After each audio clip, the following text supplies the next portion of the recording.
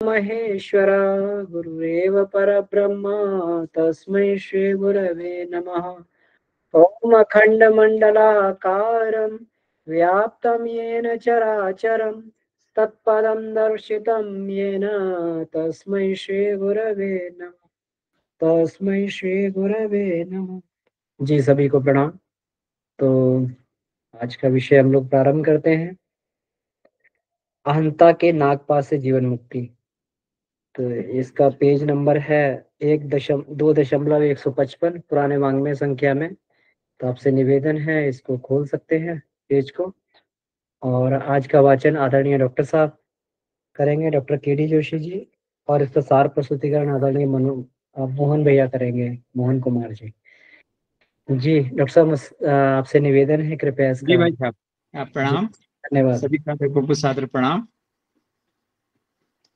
आज का जो विषय है, अहंता के नागपाश से मुक्ति। गुरुदेव हम बता रहे हैं, आत्मा की आकांक्षाओं, मान्यताओं और भावनाओं को क्रियान्वित करने का भार मन को वहन करना पड़ता है।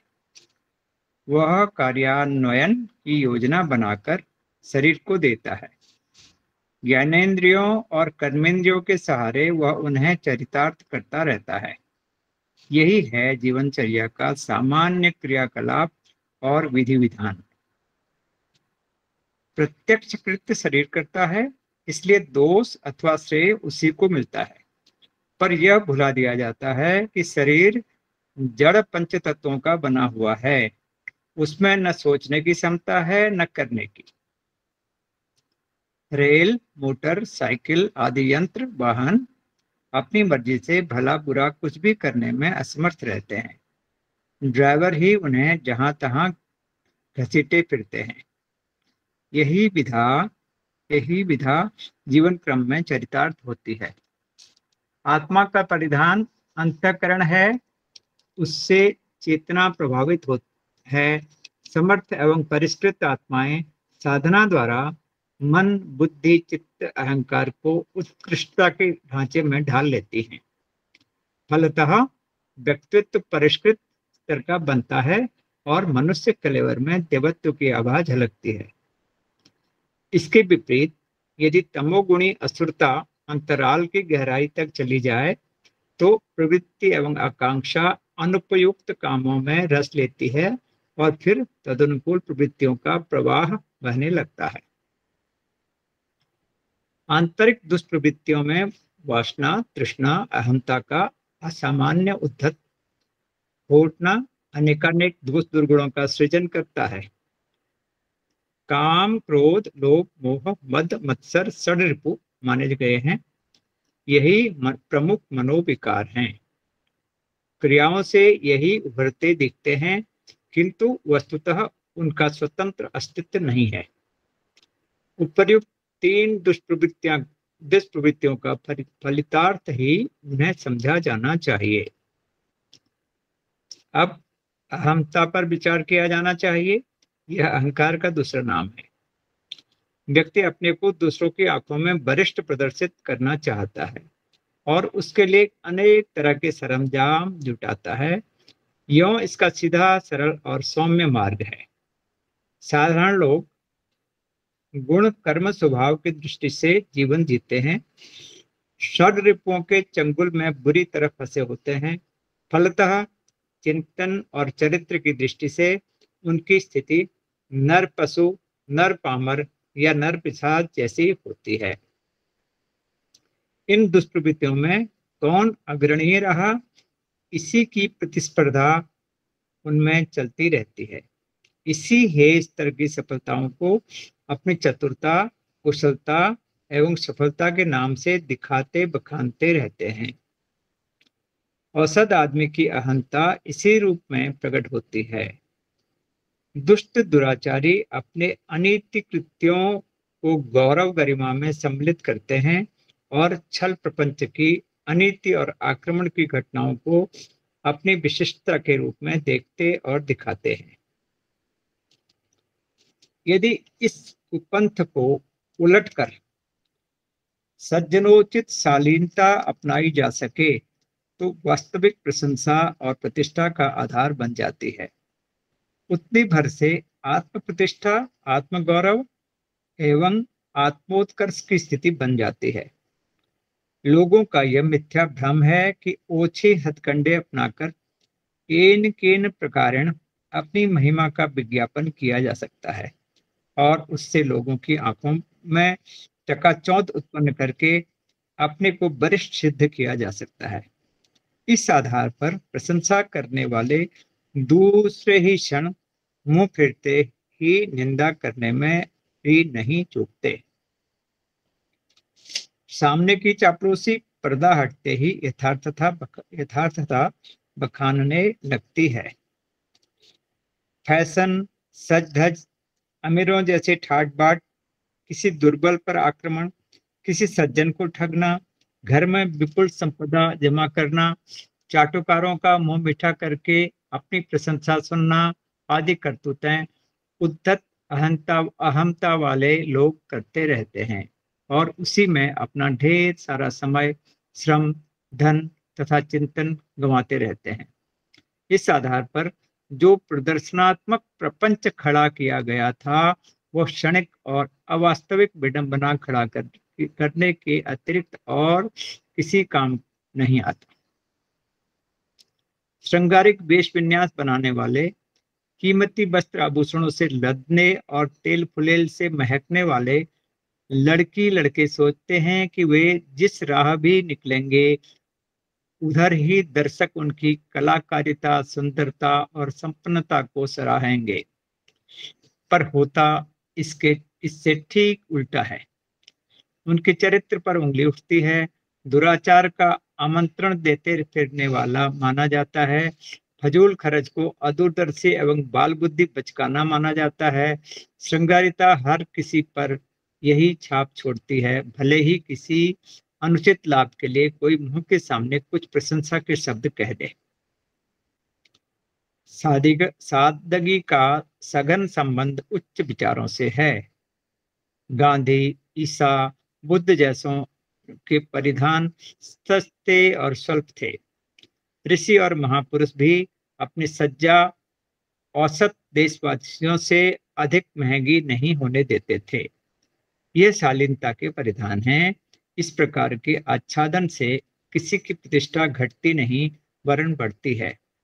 महंगे वस्त्र और महंगे आभूषण धारण किए फिरने वालों को स्वांग नाटकों के प्रदर्शनकारी माना जाता है अथवा यह कहा जाता है कि पैसे को उपयुक्त कार्य में लगाकर सत्प्रवृत्तियों के संवर्धन में लगाने की अपेक्षा मूर्खता द्वारा अपव्यय का कैसा कौतुक कुतूहल किया जा रहा है। अहमता का सबसे घटिया प्रदर्शन साज सज्जा की श्रृंगारिता के रूप में ही होता देखा जाता है। समाज में फैली हुई बुराइयों में अपनी बुराई को बढ़ चढ़कर सिद्ध करने पर उस स्तर के लोग प्रशंसा करेंगे ही। जेल में बंद अपराधियों में से जो अपनी करतूतों का अधिक दिलचस्प या भयानक विवरण सुनाते हैं, उनकी बात सुनकर दूसरे लोग अवाक तो रह जाते हैं, पर कभी अवसर पड़ने पर उनका साथ देने के लिए भूल कर भी तैयार नहीं होते। सोचते हैं ऐसे लोग किसी की भी हजामत बना सकते हैं। इनका कोई सगा संबंधी नहीं होता। जो जिसके साथ मित्रता जोड़ते हैं पहले उसी को हलाल करते हैं। दुष्कर्मों में दिखाई गई धूर्तता या निष्ठुरता किसी के लिए गौरव या प्रतिष्ठा की बात नहीं हो सकती। ऐसे लोगों पर दसों दिशाओं से घृणा और भर्त्सना बरसती है।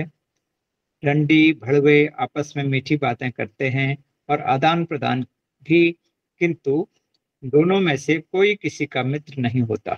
मौका पड़ने पर उन्हें मुंह मोड़ने में ही नहीं, घात मारने में भी देर नहीं लगती है। दुर्जनों का संसार भर में न कोई प्रशंसक होता है और न सहयोगी। सज्जनता अपनाने वालों की मुंह के आगे प्रशंसा भले ही न हो, भीतर से व्यक्ति उनके लिए श्रद्धा रखता है और साथ ही सहयोग की भावना भी। यह किसी प्रकार कम महत्व की उपलब्धियां नहीं हैं। महापुरुष सामान्य स्थिति में ऊंचा उठकर महान पद और प्रतिष्ठा प्राप्त करते हैं।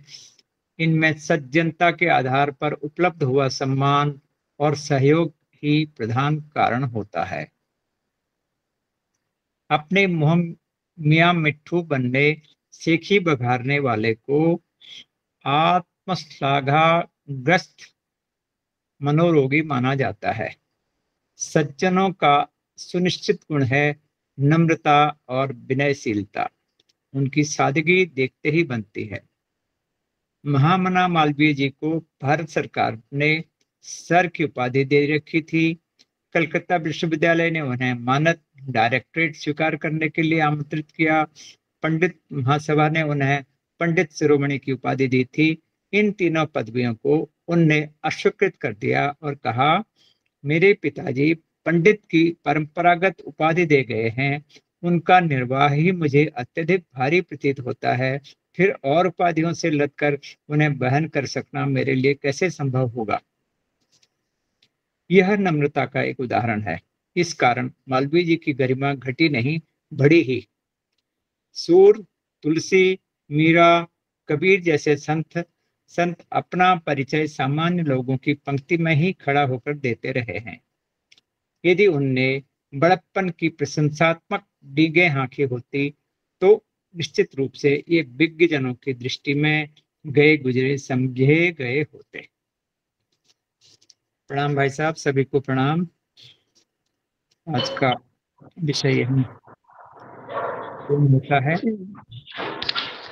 जी बाबू जी को बहुत बहुत आभार आज के वाचन के लिए। जी धन्यवाद। बहुत ही सुंदर है। श्री सभी को प्रणाम। आज का जो विषय है वो अहंता के नागपाश से मुक्ति, मतलब इसी का मधुसार जो है समझने का प्रयास करेंगे हम सब लोग कि अहंता ही जो हमारे जीवन में सबसे जो है गहन और आखिरी ऐसा तत्व है ये, जिसके मुक्ति पाना बड़ा ही कठोर, मतलब बड़ा ही मुश्किल जो है रूप है इसका।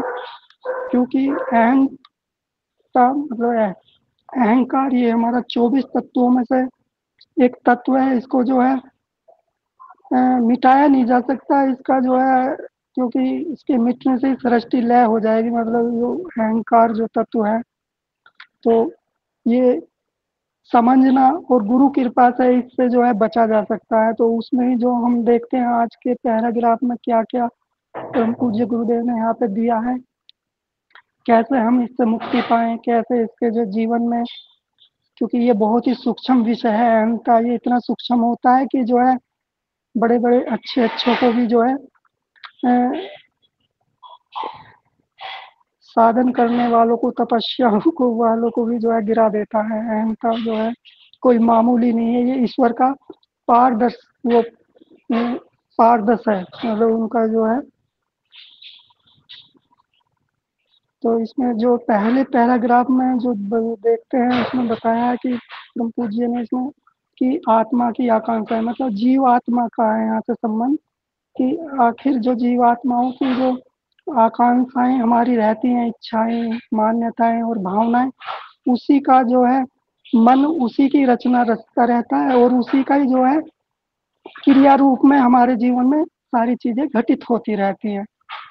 और इसमें जो है हम जो उसके शरीर को देखते हैं, तो शरीर को और उसके रूप को देखते हैं, तो ये हम जो सोचते हैं कि वो है, लेकिन हम उसके एक परत और अंदर जाएं कि उसका जो गुण कर्म स्वभाव भी उसको जो है नचा रहा है, उसका ही वो प्रदर्शन कर रहा है। वास्तव में वो व्यक्ति जो है वो तो शरीर एक वाहन का रूप बताया है गुरुदेव यहाँ पे। तो एक्चुअल में वो उसका स्वभाव है, उसकी मान्यता क्या कर ली है उसने क्या क्या अपनी जीवन में क्या चीजों को धारण कर रहा है, तो वो गुण कर्म स्वभाव से ही वो खेलता रहता है। उसके ही दोष और उसके ही मतलब अच्छे बुरे कर्म वहाँ पे प्रकट होते रहते हैं। तो शरीर का हम जो है ज्यादा उसमें योग्यता नहीं होती शरीर की, मतलब उसका जो है एक परत आगे हमें देखने को यहाँ पे गुरुदेव ने दर्शन कराया कि एक परत और अंदर झांकी है, इसमें जो है गुण कर्म स्वभाव तक पहुंची है उसके व्यक्ति की। और इसमें जो है जो आत्मा का परिधान अंतःकरण है। अंतःकरण मतलब यही है कि जो उसकी अंतःकरण चतुष्ट जो चित्त में जो है वही मतलब निकलता रहता है। चित्त में जैसा भी उसका चित्त बना हुआ है, पिछले जन्मों का संस्कार है और जो अब की क्रियाकलाप है, तो उसी से जो है चलता रहता है। अहंकार को उत्कृष्ट के ढांचे में ढाल लेती हैं। गलत है। आंतरिक दुष्वृत्तियों में जो हमारी आंतरिक दुष्वृत्तियां हैं उसमें जो है ये तीन ही मुख्य हैं, वासना, तृष्णा और अहंकार, अहंता। मतलब ये तीन ही है जो आंतरिक जो सूक्ष्म है। बाकी तो ये तीनों में से ही ये 6 निकल गए हैं, काम, क्रोध, लोभ, मोह, मद, मत्सर, जो षड्रूपी जो खड है, ये इन तीन के ही बच्चे हैं। मतलब ये 6 जो हैं, ये तीन में से ही जो है इनका जन्म होता है। तो मुख्य रूप से यहाँ गुरुदेव ने बता दिया है कि आखिर ये तीन ही ग्रंथि ऐसी हैं, वासना, तृष्णा, अहंता। ये ही तीन ऐसी ग्रंथियां हैं जिनको जो है ब्रह्मा, विष्णु, महेश का भी नाम दिया गया है। तो हमारे मुख्य जीवन में यही एक ऐसी है कि इनको समझना और इनसे जो है कैसे इनका परिमार्जन हो सके, कैसे इनसे बचा जा सके, इन्हीं का जो है फलियार्थ समझा जाना चाहिए। इसके सरंजाम जुटाता है। इसका सीधा, सरल और सौम्य मार्ग है। साधारण लोग जो हैं उनके बारे में गुरुदेव ने यहाँ बता दिया है कि जो साधारण लोग हैं वे कुल कर्म स्वभाव की दृष्टि से जीवन जीते रहते हैं और इन षड्रूपों के चुंगल में बुरी तरह फंसे रहते हैं। मतलब इन्हीं के जो है वे जो है ये सामान्य जनों के लिए है, जो जन साधारण है, जिनको मतलब सत्संग से और गुरु कृपा से जो है अभागे हैं, उनको जो है उनका जीवन जो है ऐसा ही बना रहता है। वो इनके चंगुल में ही फंसे रहते हैं। चिंतन चरित की दृष्टि से वो नर पशु ही रहते हैं। तो ये सामान्य परिजन, सामान्य जो है जो वे नर पशु ही बने रहते हैं और वे जो है बस इन्हीं के चक्कर में औसतन आदमी की अहंता के रूप में दृष्टिगोचर होते रहते हैं। अनीति पूर्वक काम करते रहते हैं और इसी कुपंथ को उठाकर संयोनित शालीनता अपनाई जा सकती। वो कह रहे हैं कि अगर इसी को जो हम बदलाव कर लें, इसी को अगर उलट कर संयोनित और शालीनता अपनाई जा सके, तो ये जो है बड़ी अच्छी जो है मतलब अच्छा फलीलार्थ भी होगी और सुख भी होगा, उसके प्रतिष्ठा का भी आधार बनेगी। मतलब हमारी जो है एक शांति में, सुख में जीवन का आधार भी बनेगा। आत्म प्रतिष्ठा और आत्म गौरव की स्थिति बन जाएगी अगर हम इसके जो है थोड़ा सा उठ जाएं इस पे से और थोड़ा सा शालीन और संयोजित अपने विचारों को बना के परिमार्जन कर लिया जाए। तो ये है कि उसका जो है परिमार्जन के लिए यहाँ पे दिखाई गई है। लोगों को मिथ्या भ्रम है कि जो है ये जो ओछे काम करते हैं, दिखावा करते हैं, निंदा करते हैं, तो फैशन और अमीरों जैसे ठाट बाट किसी दुर्लभ पर आक्रमण, सज्जन को ठगना, ये विभिन्न प्रकार के जो है दोष बताए गए हैं यहाँ पे। तो ये जो अहंता का जो है उग्र रूप है, मतलब अहंता की जो करतूतें हैं वो जो है यहाँ पे बता दी गई हैं। लोग करते रहते हैं, ढेर सारा समय भी अपना इसमें गंवा देते हैं, धन भी अपना, चिंतन भी गंवा देते हैं। तो इन्हीं षड्रूपी खंडरों में जो है हमारा जीवन जो है खत्म हो जाता है। और ये जो है जो नर पशु जो बताए गए हैं उनका जीवन जो है विलासिता में, श्रृंगार में, कीमती वस्त्र, आभूषणों, ये जो है आज के समय में हम चारों तरफ अपने ये देख भी सकते हैं। फिजूली शादियां, अनर्थ जो है और जो है उल्टे सीधे खर्चे जो है, जो ये जो है बाल बुद्धि है। बचकाने बता दिए यहाँ पे गुरु ने, ये फिजूल के खर्चे हैं और बाल बुद्धि जिसकी छाप छोड़ती है। भले ही वो अनुचित लाभ जो दिखाई देते हैं कुछ समय के लिए, कुछ प्रशंसा के शब्द कह देते हैं, बाकी इसका जो है जीवन के जो है सुख शांति में से कोई संबंध नहीं है। इसमें बताया है गुरु ने कि यहाँ पे भी आ गया है ये वर्ड कि एक जगह बताया था कि जो है कि अगर आदमी के जीवन में परिवर्तन आए तो उसकी कैसे पहचान हो। गुरुदेव ने एक जगह जो है मिला अच्छा कि ये कैसे पता चला कि हमारे जीवन में जो है गुरु की संरक्षण में आने पे जो है हमें परिवर्तन हुआ कि नहीं हुआ, तो वो यहाँ पे लाइन भी आ गई। तो वहाँ पे लिखा था गुरुदेव ने कि उसके जो है एक तो सादगी का अगर उसने जीवन अपना लिया है और उच्च विचार अगर उसके हो गए तो समझ लिए उसका जो है उत्थान हो गया, मतलब परिवर्तन हो गया है अंदर से।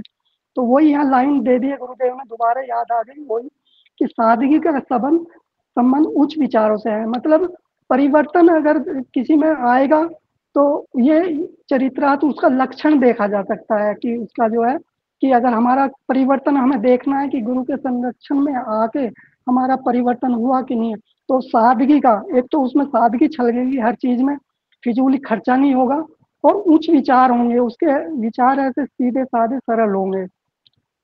और यही महापुरुषों ने भी अपनाया है, अपने सस्ते में ही रहे वे ऋषि हों चाहे हमारे महापुरुष रहे हों, उन्होंने कभी भी कोई महंगी जो है जीवन नहीं जिया, मतलब वही अपना मिनिमम अपना रखा है, रोटी कपड़ा और मकान का थोड़ा सा ही जो है जीवन का पूरा अंश अपना उन्होंने आत्मीयता के जो है उत्थान में लगाया, अपने आत्मा से जो है को पाने के लिए अपने साधन को लगाया है।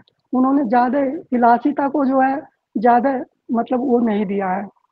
तो इसमें जो है ये अहंता के सबसे घटिया प्रदर्शन ही है, जो संघार रूप में जो है जितने भी महंगे जो हम बना लेते हैं अपनी दिनचर्या को, अपने जो है समाज को, अपने जो है जीवन की क्रियाओं को जो है महंगी बना लेते हैं जानबूझ के, जबकि ईश्वर ने जो है की कृपा से सबसे खाना सस्ता सस्ता क्या उन्होंने रोटी की व्यवस्था तो करके ही दी है।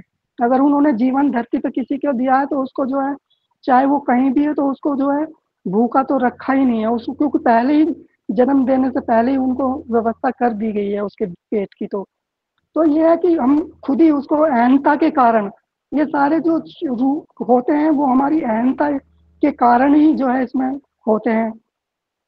इनका यहाँ बता भी दिया है कि जो जो नरपशु से भी ऊपर एक और होते हैं धूर्त, तो उनका कोई जो है वे जो है धूर्तों में रहते हैं, वो जो है तमोगुणी लोग होते हैं कि ये ऊंची अवस्था है अहंकार की, तमोगुणी। वो जो है किसी को जो है बस ना उनका कोई सगा संबंधी होता है, बस उनको जो है एक दिखावा दिखाना होता है, उसमें ही अपनी वो प्रतिष्ठा और वो सौभाग्यवान समझते हैं। लेकिन उनका जो है सामने तो कोई उनकी वो नहीं करता, लेकिन बाद में उनसे सब कोई ना उनका दोस्त होता है ना कोई मित्र, घृणा ही करते हैं उनसे।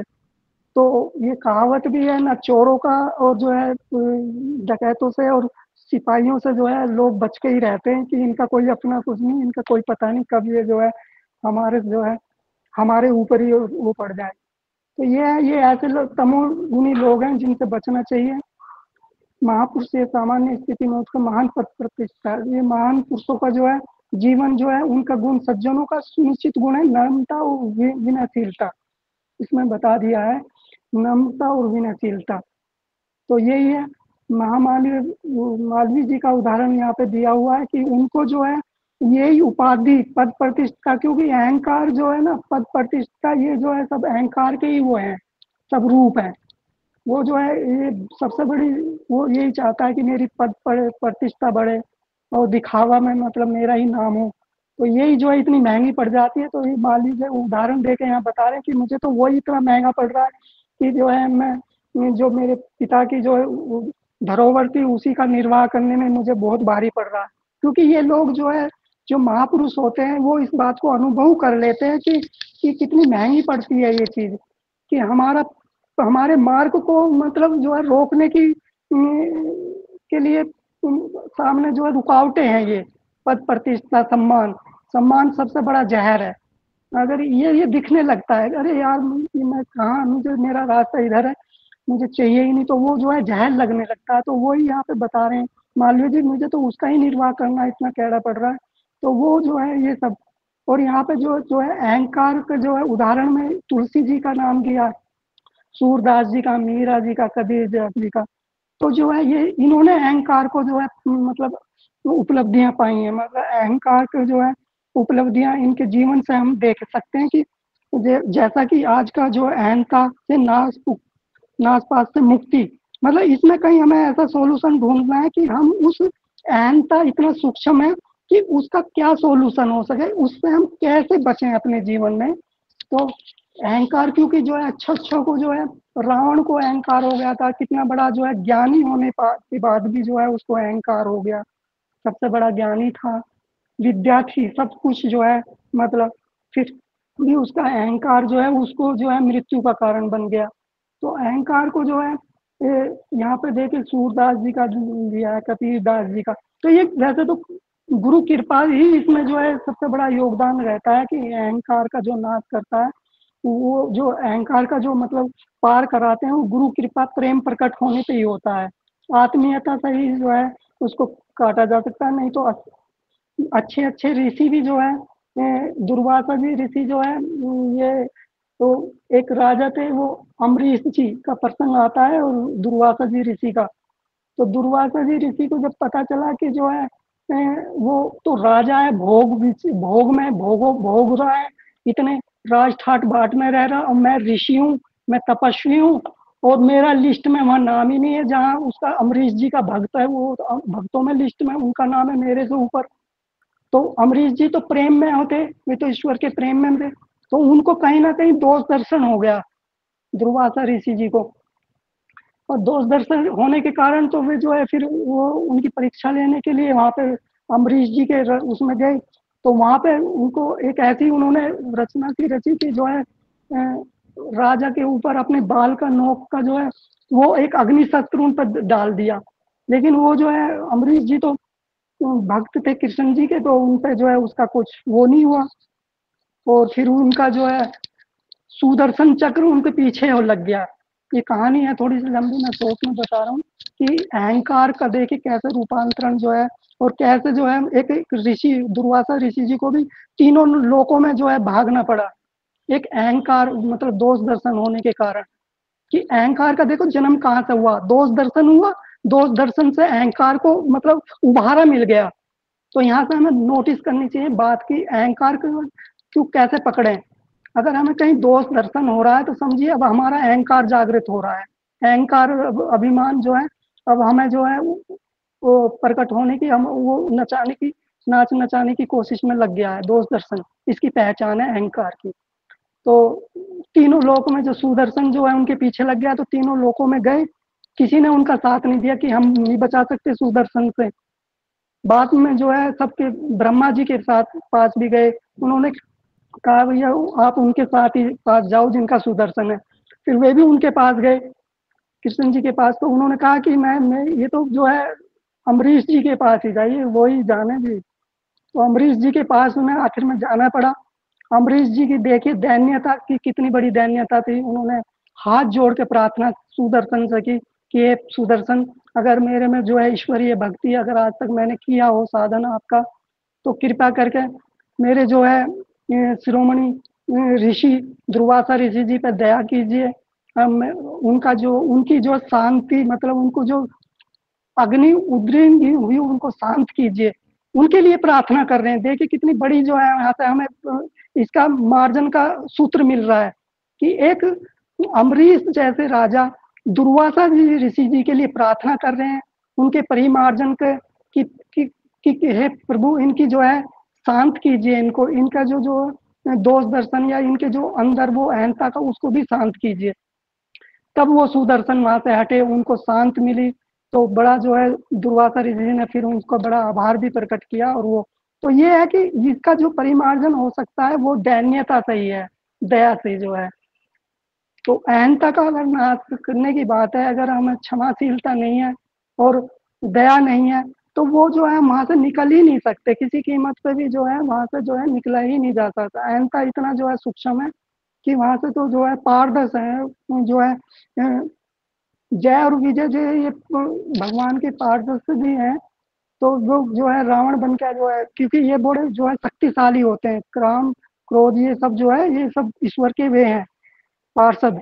तो ये बड़े शक्तिशाली होते हैं, ये जो है सिर्फ परीक्षा के लिए जो है फेंके जाते हैं साधकों पे या जो भी इस मार्ग में जो चलता है, तो वो ही निकल पाता है जो है दैन्यता धारण कर लेता है। प्रेम प्रेम के ऊपर एक प्रेम हमें मिला, गुरुदेव की जो है दर्शन कराया कि प्रेम के ऊपर कोई शक्ति ही काम नहीं करती।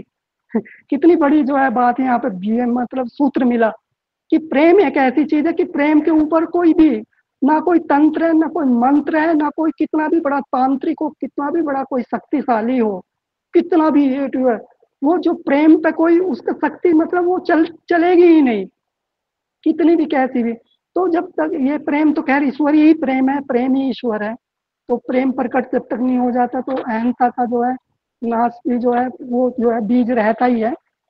तो अहंता के सूत्र जो है हमें बचना चाहिए कि इसके ये वासना तृष्णा अहंता ही तीन ही ग्रंथि हैं ये, और तीन ही जो है मेन है ये। एक तो लोकेशना है, एक जो है उत्तरेशना है, और एक जो है धन की ये तीन जो है आदमी के अंदर कहीं ना कहीं सूक्ष्म रूप से यही तीन ग्रंथि हैं।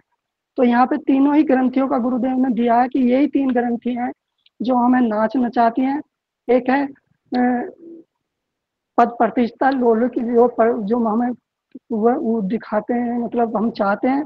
एक है उत्तरेशना परिवार का मोह रह जाता है। एक है जो है इसमें छिपा है कि धनर्थ मतलब धन से भी कहीं ना कहीं वो धव सोचता है कि धनी से रहेगा तो मैं जीवित, या उसके आश्रय से रहता है, मतलब आश्रय उनका लेता है ना कि ईश्वर का आश्रय। तो ईश्वर के आश्रय पे जो है यही चल पाते हैं जो इनका नाम दिया है यहाँ पे भक्त जनों का, सूरदास जी का, कबीरदास जी का, मीरा जी का।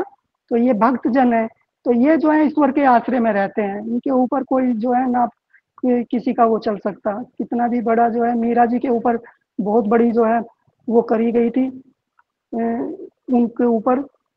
उनको जो कौन थे वो मुसलमान के राज में, तो उनको वहां पे बुला लिया गया था बहका के, लेकिन वो ये कि वहां पे भी कोई बस नहीं चल पड़ा एकदम। वहां से जो है सूक्ष्म रूप से वो वहां से शरीर ही जो है सह शरीर जो है दूसरी जगह पहुंच गई थी जब उन पे जो है हाथ डालने की कोशिश की गई। तो ये है कि वो ईश्वर में होते हैं, वो जो है ये लोग जो है जो प्रेम में जो है ईश्वर में होते हैं। तो इसमें यही है कि हम जो है सादगी अपनाएं, सरलता से अपने कम से कम में जीवन को वहन करें। जी भाई साहब, और भी सभी को जो है कोई अपना मार्गदर्शन देना चाहें तो उसमें रख सकते हैं अपनी बात, कोई या कोई पूछना है कि अहंता के अहंकार से कैसे जो है कुछ भी। तो 8 बज गए हैं काफी, क्योंकि मधुशार का मतलब यही होता है कि 10 पेजों की बात 1 मिनट में भी रखी जा सकती है, 10 मिनट में भी। तो ये हमने बाबूजी से पूछ सीखा कि जो है 5 दिन की पंचकोशी 5 साल की होती है, वो 5 दिन में करा देते हैं, और समय का ऐसा होता है कि 5 दिन की जगह 5 घंटे में भी पढ़ा सकते हैं वे। तो यही है कि मधुशार को कम से कम में रख के जो है आप सभी की का भी जो है इसमें लाभ लिया जाए। जी भैया, अमन भाई साहब भी होंगे, तो सभी इसमें अपना वो रख सकते हैं, और आगे कुछ अगर ऐसा बनता है कोई शंका समाधान तो वो भी हम साथ साथ सभी लोग इसमें रखेंगे। जी हम सर रख सकते हैं।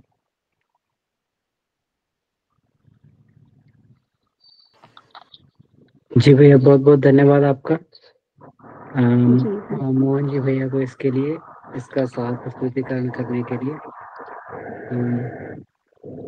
इसमें जो ये बताया गया है, सादगी की बात बताई गई है जी कि लोग श्रृंगारता वेश विन्यास बना के और अपनी अहंकारिता का प्रदर्शन करते हैं, और महान लोग जो है उनका संबंध सादगी से संबंध होता है, सादगी और उच्च विचारों से। जैसे गुरुदेव ने बताया, सुखी जीवन के दो आधार, सादा जीवन उच्च विचार।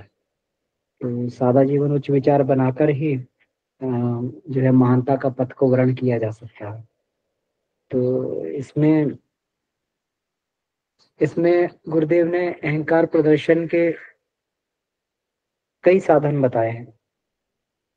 फैशन लोग करते हैं कि अहंकार प्रदर्शन का मतलब अपने को दूसरों से बढ़ चढ़ कर दिखाना, और ये भी जो है जो हमारी आंतरिक तीन प्रमुख दुष्प्रवृत्तियां हैं, वासना तृष्णा अहंता।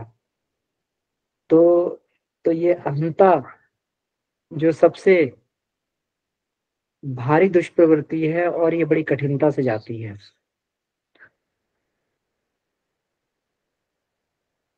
और इसमें भी गुरुदेव ने अहंकार प्रदर्शन में भी जो है, ये पहले तो उन्होंने कहा है कि अहंकार का दूसरा नाम है व्यक्ति अपने को दूसरों की आंखों में वरिष्ठ प्रदर्शित करना चाहता है और उसके लिए तरह तरह के सरंजाम जुटाता है। तो ये एक मूल प्रवृत्ति है व्यक्ति की, अपने को दूसरों से वरिष्ठ साबित करना मूल प्रवृत्ति है। अब इसमें इसमें कई प्रकार से इसमें ये बताए गए फैशन, सज-धज, अमीरों जैसे ठाट-बाट बनाना, दुर्बल पर आक्रमण करना, किसी सज्जन को ठगना, घर में विपुल संपदा जमा करना और चाटुकरों का मुंह मीठा करके प्रशंसा सुनना। ये सारे के सारे जो है इसमें ये साधन बताए गए हैं अहंकार के।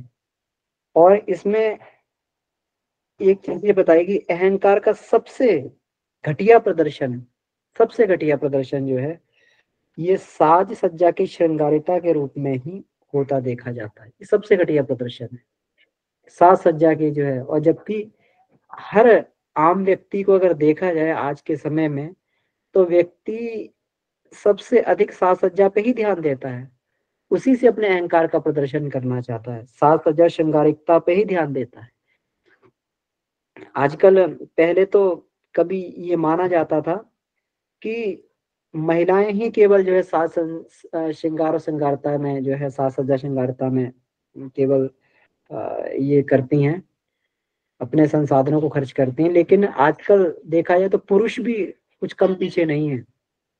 पुरुषों के पार्लर अलग बने हुए हैं, उनके जो है अलग उनका जो है अलग अलग तरीके से जो है उनके भी ये सौंदर्य प्रसाधन और ये तमाम आने लगे हैं, और ये साज सज्जा के तमाम सामान आने लगे हैं। तो पुरुषों में भी ये अलग से जो है आजकल ये दिखाई देने लगा है। कुछ ये कहना चाहिए कि जो हमारी ये फिल्मी दुनिया है उसका भी बहुत बहुत कर प्रभाव है कि यहाँ पर जो है महिलाएं नहीं पुरुष भी जो है इसमें बहुत अधिक आजकल ये रुचि लेते हुए दिखाई दे रहे हैं। तो ये जो है सबसे, गुरुदेव ने कहा है सबसे घटिया प्रदर्शन जो है अहंता का ही होता है। फिर और भी हैं कई प्रदर्शन हैं इसमें जो गुरुदेव ने इसमें बताया कि दुर्बल पर आक्रमण कर देना, अमीरी जैसे ठाट बाट ये करना, घर में विपुल संपदा जमा कर लेना। तो ये सब गुरुदेव ने अहंता के प्रदर्शन के विषय में ये सारी चीजें बताई हैं। और इसका केवल एक ही निवारण है, सादगी ही इसका निवारण है। जब व्यक्ति, क्योंकि ये इन सब चीजों को अपनाकर व्यक्ति भले ही समाज में सामने थोड़ा बहुत सम्मान अर्जित कर ले, लेकिन पीछे से तो सब उसकी बुराई ही करते हैं। लेकिन सादगी जो लोग अपनाते हैं, उच्च विचारों को जो अपने अंदर धारण करते हैं, तो जो ये आत्मा है ईसा जैसे, ईसा, बुद्ध, गांधी, ये सारे के सारे महापुरुष हैं। तो ये औसत देशवासी से अधिक महंगी इन्होंने कभी भी किसी चीज को ग्रहण नहीं किया, लेकिन फिर भी इनकी महानता को लोग स्वीकार करते थे।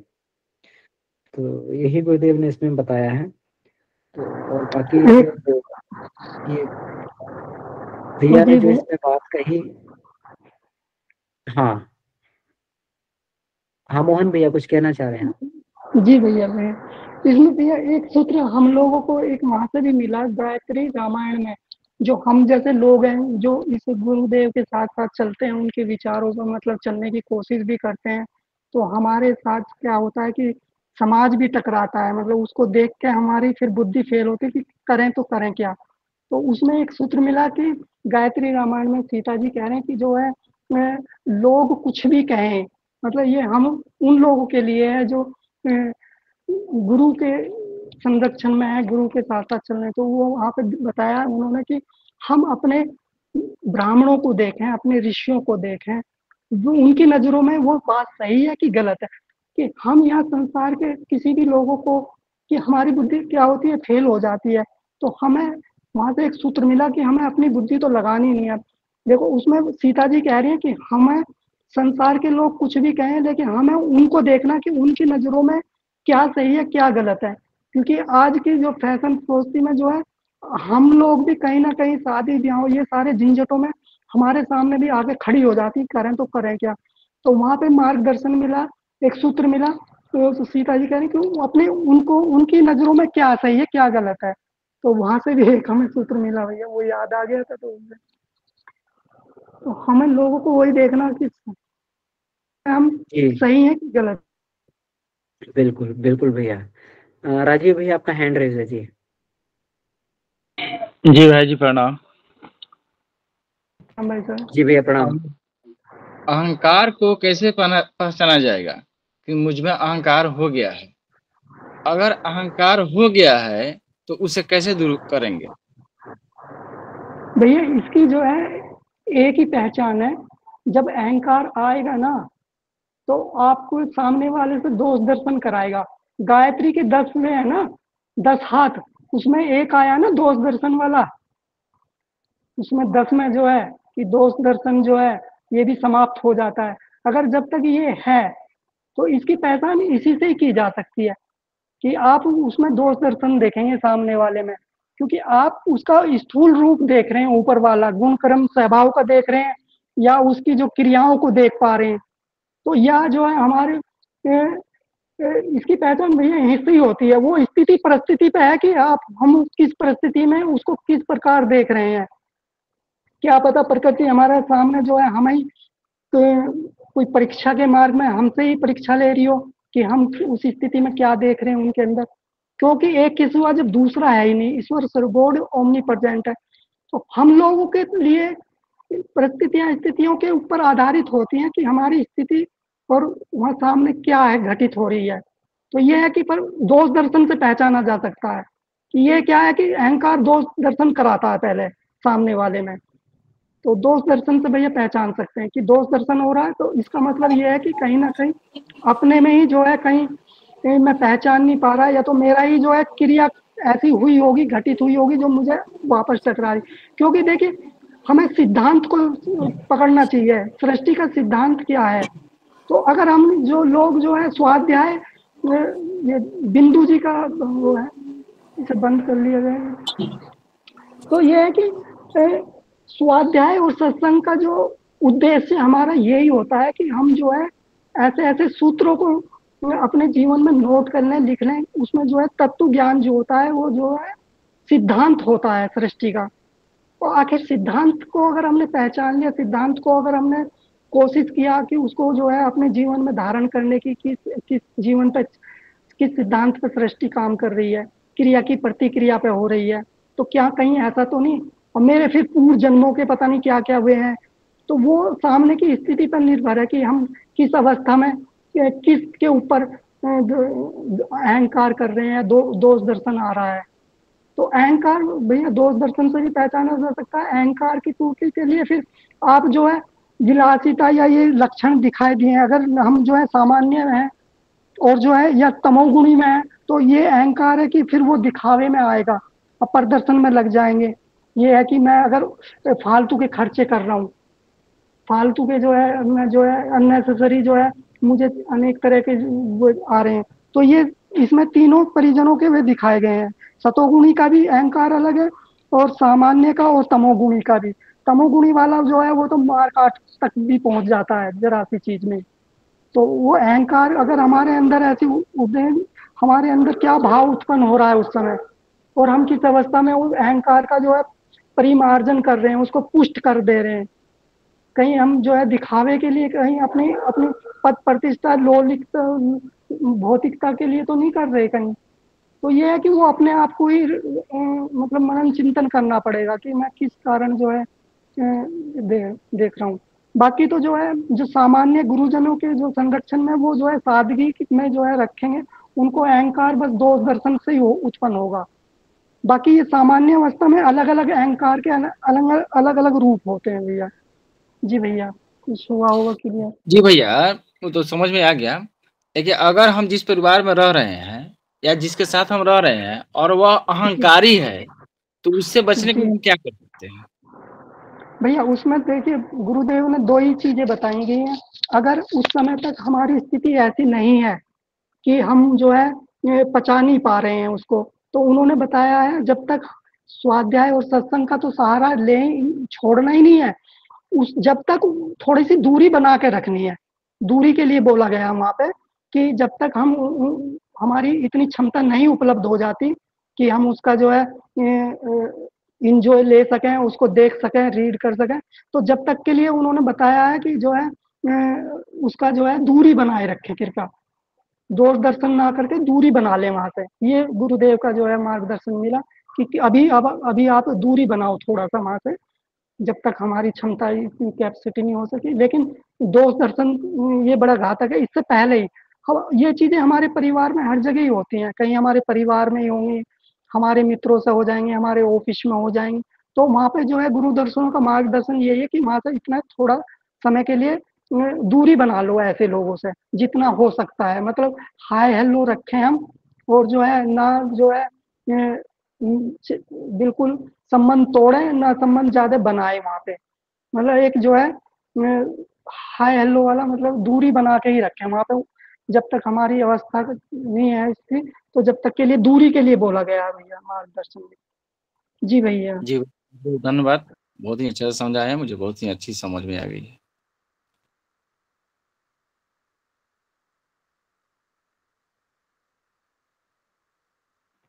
जी प्रहलाद जी भाई साहब। जी जी भाई साहब, समूह को मेरा सादर प्रणाम। जी प्रणाम। ये जब भी शब्द अहंकार आते हैं सामने, एक जी बड़ी आवाज कट रही है आपकी, आवाज कट रही है बाबू जी। आवाज कट रही है। ये बोल मोनू रहे जी जी हैं अपना माइक म्यूट कर लीजिएगा तो आवाज साफ रहेगी। हम बोल रहे हैं कि ये अहंकार शब्द जब भी हमारे सामने आता था, जब भी सुनते थे, तो एक बड़ी दुविधा मन में हो जाती थी। और वो ये कि बताया गया है कि 24 तत्व हैं, मन चित्त बुद्धि अहंकार, ये अंतःकरण चतुष्टय का पार्ट है अहंकार। और ये अहंकार व्यक्ति को करना चाहिए। हम भगवान के संतान है, परमात्मा का गुण हम में है। एक तरफ अहंकार आता था तो उसमें बताया जाता कि धन का, बल का, यश का, ज्ञान का, ये अहंकार नहीं करना चाहिए। तो एक ही शब्द का दो अर्थ निकलता था। तो ये जिज्ञासा हमने रखी अपने एक स्वाध्याय ग्रुप जो अभी 1-1.5 साल पहले जिसमें हम जुड़े हुए थे। तो एक वरिष्ठ साधक ने बताया कि देखिए अहंकार 2 प्रकार का होता है, एक दैवी अहंकार और एक भौतिक अहंकार। तो वो अंतःकरण चतुष्टय का जो भाग अहंकार है, वो दैवी अहंकार है जो हर व्यक्ति में होना चाहिए कि हम परमात्मा का एक अंश हैं, वो परमात्मा का गुण है, इसलिए ऐसा कोई कार्य न करें जो मनवोचित न हो। ये अहंकार दैवी अहंकार है, इसको होना चाहिए।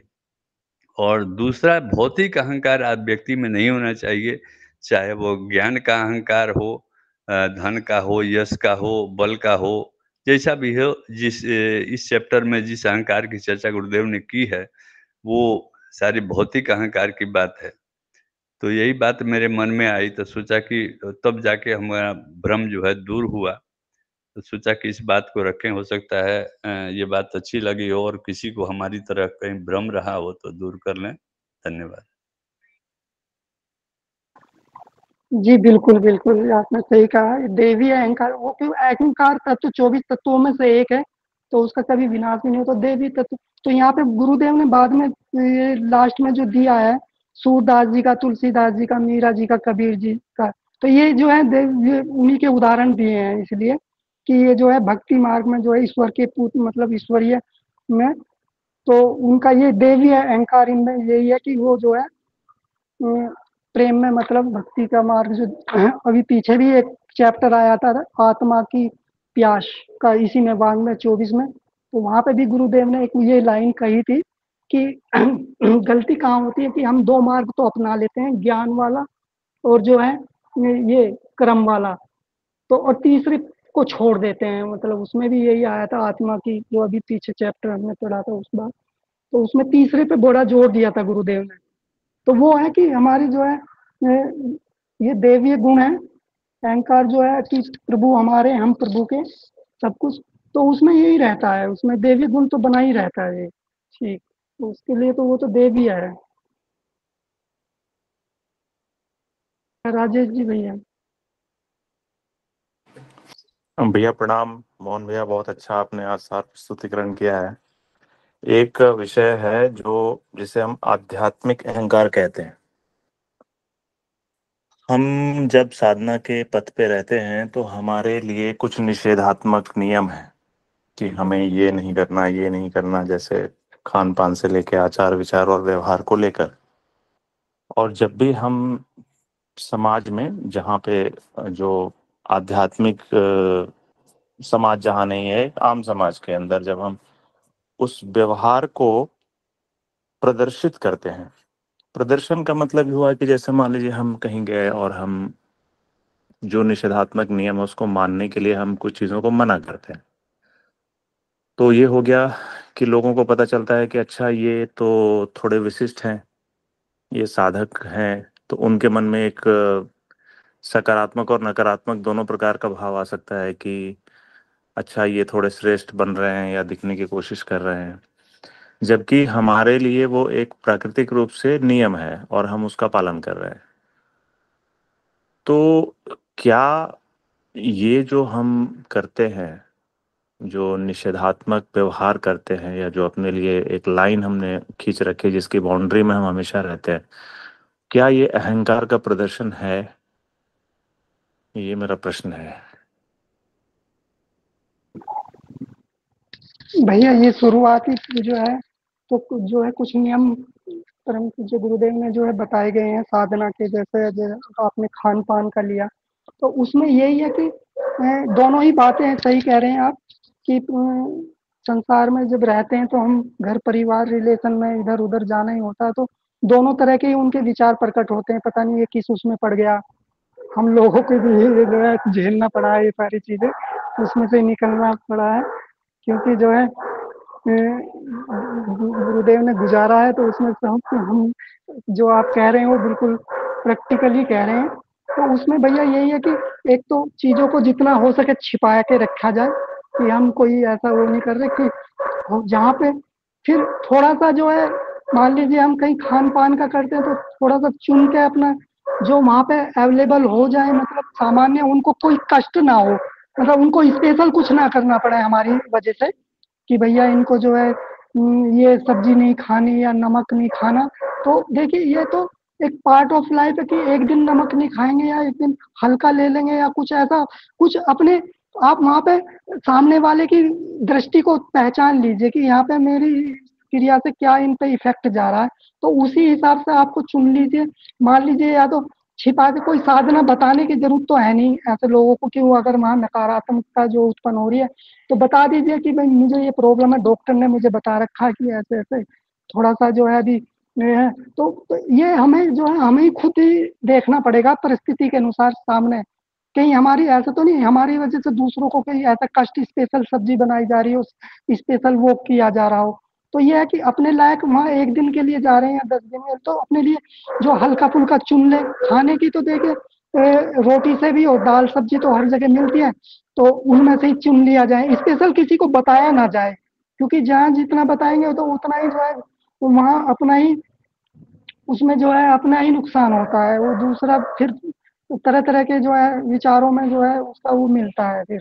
तो इसमें यही है कि अपने तरीके से जो है बचा जाए और अपने जो है घर में जो है चीजों को किया जाए तो अच्छा है बा, क्योंकि जब थोड़ा सा दिन के लिए उसका प्रैक्टिकल चीज ले लें, नहीं तो फिर खान पान की कोई बड़ी ऐसी वो साधक के लिए रह नहीं जाती, वो कर लेता है एडजस्ट, मतलब खाने का अपना रूखी रोटी खा ले या कुछ भी जो है तरीका निकाल लेता है। तो हमें जो है उस समय तरीका ढूंढना है कि वहाँ पे हम क्या तरीका कर सकते हैं। बस ध्यान रखें कि हमारी तरफ से कोई किसी दूसरे को परेशानी ना हो, ये स्पेशल कुछ ना करना पड़े। तो उसमें गुरुदेव ये कहते हैं कि अपनी तरफ से किसी दूसरों को हम स्पेशल कष्ट दें कि भाई मैं तो ये खाता ही नहीं, तू मेरे लिए ये बनवा या ये ले आ, तो उस चीज से बचा जाए, उस चीज का ख्याल रखा जाए।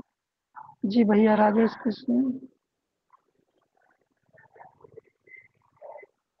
धन्यवाद भैया। भैया इसमें एक चीज और है, जैसे देखिए सामने वाला बड़ा समझदार होता है ना। वो वो हमारी जो स्थिति को देख के समझ जाता है कि ये वास्तव में साधना कर रहे हैं, अहंकार का प्रदर्शन कर रहे हैं। है ना? तो देखिए, एक बार 2 बार कभी हम अगर मान लीजिए हमारा लंबा ऐसा चल रहा है, कोई ऐसा अनुष्ठान चल रहा है, तो व्यक्ति 1 बार कहेगा, 2 बार कहेगा, बाद में समाज में जो है लोग समझ जाते हैं कि भई इनका तो ये चल ही रहा है, और ये तो व्यक्ति ये भी समझ जाता है कि ये इनका अहंकार नहीं, साधना ही है ना?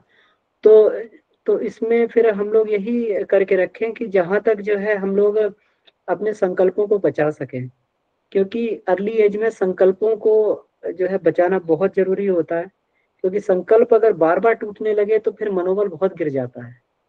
तो फिर व्यक्ति फिर ये आगे चल के जो है संकल्प फिर वो इसके लिए बहुत मुश्किल हो जाता है।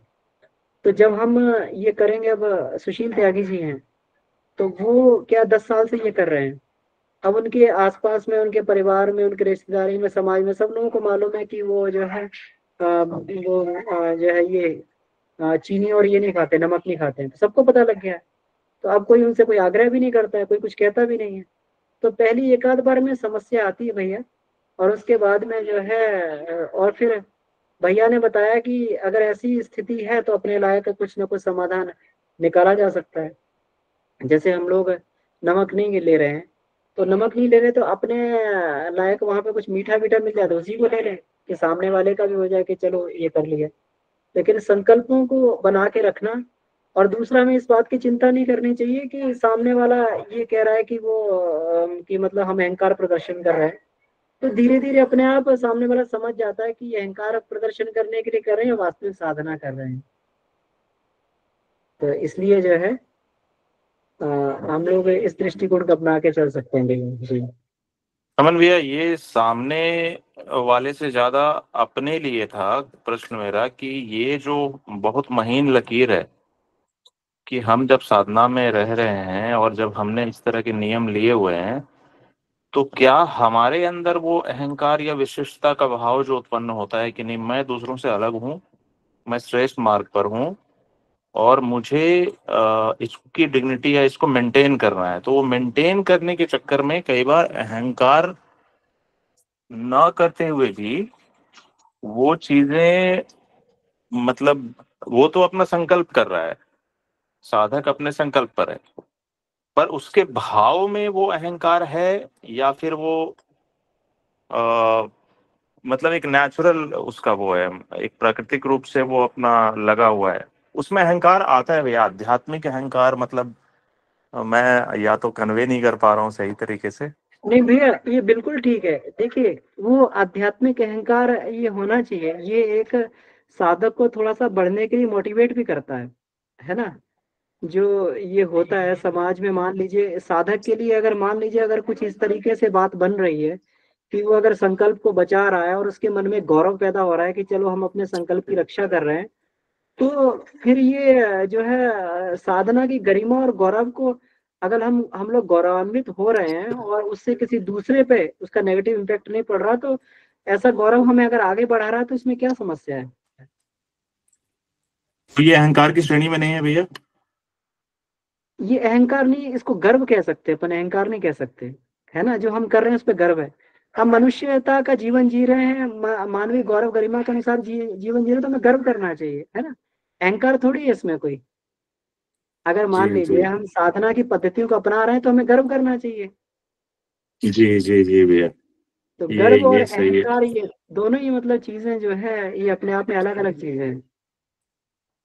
जैसे प्रेमानंद जी महाराज अक्सर कहते हैं अपने जो राधा कृष्ण के जो अनुयायी हैं उनके, कि तुम्हारे अंदर वो ठसक रहनी चाहिए कि तुम राधा जी के या श्री जी के तुम बच्चे हो, या वो ठसक तुमको हमेशा मेंटेन करना है, वो उसमें रहो, तुम हमेशा उस भाव में ही रहो। तो वो एक बड़ा मुझे बहुत वो ये करता है, मतलब ये लाइन जो है उनकी, ये जो भाव है जिसमें रहना कि मैं एक साधक हूँ, या जी भैया। जी बिल्कुल भैया, आप सही कह रहे हैं कि हमें ना अपना जब भी कोई ऐसी परिस्थिति बनती है तो ये देख लेना चाहिए कि हम जो है अपने गुरुदेव के, अपने जो है ऋषियों के, अपने जो ब्राह्मण तत्व में, उनकी नजरों में हम कैसे हैं, बस हमें जो है ज्यादा इधर उधर नहीं, बस उनकी नजरों में सही है कि गलत है, बस वो वहाँ पे जो है बात को रख लेंगे तो वो जो है सही गलत का आप वहाँ से निर्णय ले सकते हैं। तो ये है बहुत ही अच्छी श्रद्धा का जो है पाठ ही है ये जीवन। श्रद्धा के बिना तो भैया ज्ञान प्राप्त होगा ही नहीं। जी जी जी भैया। हेलो भैया, प्रणाम, जय गुरुदेव, सभी को प्रणाम। इसमें मैं थोड़ा सा ऐड करना चाहूंगी। अभिमान और स्वाभिमान, एक अभिमान है और एक स्वाभिमान। जो आप बोल रहे हो वो स्वाभिमान है, मीन्स हम जो कर रहे हैं उस पे हमको गर्व होना, ये अच्छी बात है ना। और अभिमान में क्या होगा, मीन्स मैं ही करती हूँ, मेरे सिवा कोई नहीं कर सकता, मेरे से ज्यादा ग्रेट कोई और हो ही नहीं सकता। मतलब जो हम कर रहे हैं उसके ऊपर हमको अहंकार आ जाए, घमंड आ जाए कि मैं ही सबसे ज्यादा अच्छी हूँ, मुझसे ज्यादा अच्छा कोई हो ही नहीं सकता, बाकी सब तो ओ, मतलब उनको हम नीचे वाली दृष्टि, नीचे से वाली श्रेणी में रख रहे हैं, तब फिर वो अहंकार गलत होता है। तो उसमें फिर हमारा पतन होना स्टार्ट हो जाता है, तो वो गलत होता है। तो ये हमको समझना है। सात्विक अहंकार कहते हैं ना एक, कि अरे मैं तो नॉनवेज नहीं खाती हूँ, ये सब तो नॉनवेज खाते हैं, इन लोगों के तो, इनको तो उसके बिना चलता नहीं है।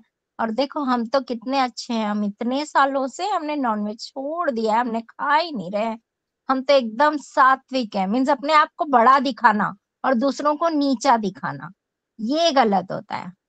तो हमको ये अहंकार, सात्विक अभिमान, स्वाभिमान और सात्विक अहंकार में ये फर्क हमको समझ में आना चाहिए, तब हम वो वैसा नहीं बिहेव करेंगे। हमको कैसे बिहेव करना चाहिए वो फिर हमको पता चल जाएगा। जय गुरुदेव, प्रणाम।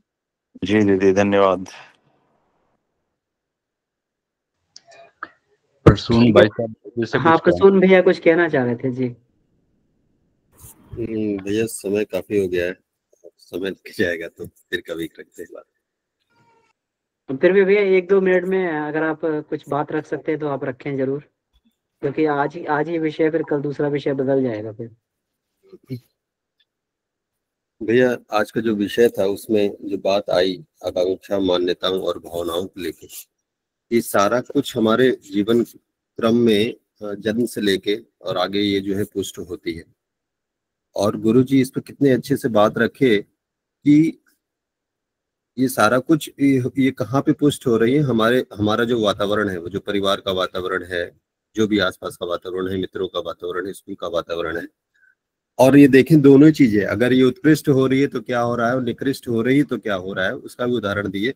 लेकिन अधिकता जो भी उदाहरण हमारे सामने है, जैसे राजीव भैया ने जो प्रश्न रखा है, इन सब चीजों में निकृष्टता का ही चीजें ज्यादा हो पा रही है, क्योंकि परिवार में भी वही वातावरण है, समाज में भी वही है। और हम लोग जब इसको पढ़ रहे हैं तब हम आज इस स्थिति में है कि हम सही गलत का आकलन कर पाते हैं, तो फिर हम अपने पे निरीक्षण करके अपना हम सुधार कर पा रहे हैं। हम अगर धीरे धीरे इस चीज को और परिष्कृत करके अपने वातावरण को अपने माध्यम से या अपने जो आने वाली पीढ़ी है, जैसे उदाहरण दिया गया अभी पंडित मदन मोहन मालवीय जी का उदाहरण दिया गया, इन लोगों के जीवन का अगर ऐसा हम लोग प्रस्तुत कर पाए, क्योंकि जो भी चीजें आज हम हैं वो किसी न किसी से प्रेरित होके हम हो पाए हैं, या जो बुराइयां भी हैं वो किसी न किसी से प्रेरणा के तहत ही ये आ पाई है। वो भले किसी को देख के प्रेरणा हुई कि अरे वो ऐसा है तो हम भी वैसे हो। कितना बढ़िया लिखे हैं कि इन दुष्प्रवृत्तियों में कौन अग्रणी रहा, इसी की प्रतिस्पर्धा उनमें चलती रहती है। ऐसे मतलब इस स्तर के लोगों में इसी है स्तर की सफलताओं को, अपनी चतुरता, कुशलता, और आज हम ये बच्चों में देखते हैं कि वो यही सब सीख रहे हैं, ऐसे हो रहे हैं। तो हमारे लिए तो ठीक है, हम पढ़ के उसको समझ ले रहे हैं, बच्चों के लिए एक हम ऐसा वातावरण दे और एक ऐसा उदाहरण, एक ऐसे महामानवों की बात रखें, तो जाके उनके अंदर वो बीज हो पाएगा और वो बड़ा होके फिर उसको, क्योंकि आज तो हम हमारी विवेक बुद्धि समझ सकते हैं, हम उनको जो है प्रेरणा से प्रेरित करके बड़ा करें।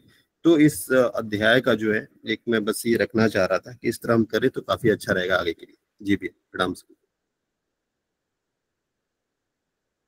जी भैया बहुत बहुत सुंदर धन्यवाद। भैया, प्रसून भैया ने बताया, बहुत सुंदर। बहुत बढ़िया बताया प्रसन्न भैया।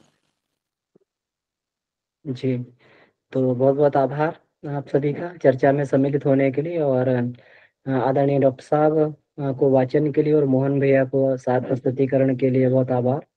मोहन भैया वास्तव में बहुत ही सादा जीवन इनका है, और बड़ा ही ये जो अहंकार वाली बात कह रहे हैं तो ये बहुत ही दूर रहते हैं, बड़ा ही सरल व्यक्तित्व के धनी है। तो और इन्हीं के उससे जो है ये हुआ, तो इनके अपने अनुभव में भी सारी चीजें हैं। तो बहुत बहुत आभार इनका भी। तो आइए इसी के साथ हम लोग आज के विषय को समाप्त करते हुए परम पूज्य गुरुदेव वंदनीय माता जी ऋषि सत्ता को धन्यवाद देते हुए शांति पाठ का कल पुनः इसी समय हम लोग फिर चर्चा में साथ जुटेंगे जी। धन्यवाद। ओ शांति शांति शांति जी। समाप्त। सभी को धन्यवाद।